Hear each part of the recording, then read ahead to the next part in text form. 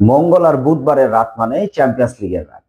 বাংলাদেশ সময় আজকে রাত 1টায় অনুষ্ঠিত হবে চ্যাম্পিয়ন্স লিগের গুরুত্বপূর্ণ ম্যাচ। কোয়ার্টার ফাইনালের এই ম্যাচে মুখোমুখি হবে রিয়াল মাদ্রিদ এবং আর্সেনাল। চলুন জেনে নেই দুইটি দল সম্পর্কে। রাউন্ড অফ 16-এ পিএসবি কে 2 লেগ মিলিয়ে আর্সেনাল দিয়েছে মোট 9 গোল। আর অন্যদিকে রিয়াল মাদ্রিদের কথা বলতে গেলে অনেকটাই বেহাল দশা। অনেকটা খুঁড়িয়ে খুঁড়িয়ে পেনাল্টিতে শেষ মুহূর্তে জয় অর্জন করে রিয়াল মাদ্রিদ উঠেছে কোয়ার্টার ফাইনালে।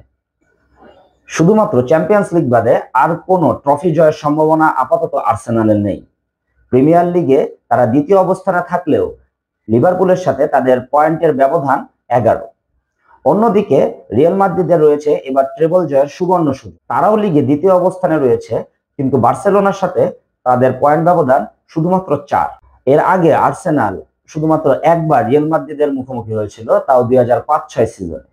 আর থিয়েরি ওরির একমাত্র গোলেই সেবার জয় ছিনিয়ে এনেছিল আর্সেনাল। গেম প্লে এবং ট্যাকটিক্সের কথা যদি বলি, তাহলে এখানে আহামরি তেমন কিছু আমরা রিয়াল মাদ্রিদের কাছে থেকে দেখতে পাবো না, কারণ আনচেলত্তি তার অ্যাজ ইউজুয়াল ফুটবলই খেলবে। 4-3-3 ফরমেশন বা 4-4-2 ফরমেশনে খেলবে এবং আর্সেনালকে সারাক্ষণ বল নিয়ে খেলতে দিবে এবং যখনই চান্স পাবে তখনই কাউন্টার অ্যাটাকে আনচেলত্তি গোল দেওয়ার চেষ্টা করবে। এমিরেটসে ফার্স্ট লেগে রিয়াল মাদ্রিদ যাবে মোটামুটি একটা ফেভারেবল রেজাল্ট নিয়ে আসার জন্য। রিয়াল মাদ্রিদ তাদের মেন কাজটি করার টার্গেট রাখবে সেকেন্ড লিগে বার্নাব্যুতে। রিয়াল মাদ্রিদ রিসেন্টলি মোটামুটি বাজে ফুটবল খেললেও সামহাও তারা উইন ম্যানেজ করতে পারছে। অন্যদিকে আর্সেনালও খুব ফাইন ফুটবল না খেললেও ইফিশিয়েন্ট ফুটবল খেলছে। চলুন দেখে নেই দুই দলের ফর্ম কেমন। দুই দলের রিসেন্ট ফর্ম বিবেচনা করলে দেখা যায় রিয়াল মাদ্রিদ লাস্ট 10 ম্যাচের মধ্যে হেরেছে 3টিতে এবং ড্র করেছে 1টিতে। অন্যদিকে আর্সেনাল 2টিতে হেরেছে এবং ড্র করেছে 4টিতে। তো মোটামুটি দুই দলেরই ফর্ম মোটামুটি সেমই রয়েছে। আর্সেনালকে ডিফেন্সিভলি স্ট্রং মনে হলেও দেখা যাক রিয়াল মাদ্রিদের যে অ্যাটাকিং ট্রায়ো রয়েছে তার বিপক্ষে কতটা পারফর্ম করতে পারে মাইকেল আর্টেটার এই ডিফেন্সিভ স্কোয়াড। এই ম্যাচের সবচেয়ে কি পয়েন্ট হতে চলেছে আর্সেনালের জন্য সেট পিচ। আমরা যদি টপ 5 লিগের কথা চিন্তা করি, তবে সেইখানে সবচেয়ে বেশি কর্নারে গোল করেছে আর্সেনাল আর সবচেয়ে বেশি কর্নারে গোল খেয়েছে রিয়াল মাদ্রিদ। এবার আসি দুই দলের মেন প্লেয়ার বা কি প্লেয়ারের আলোচনায়।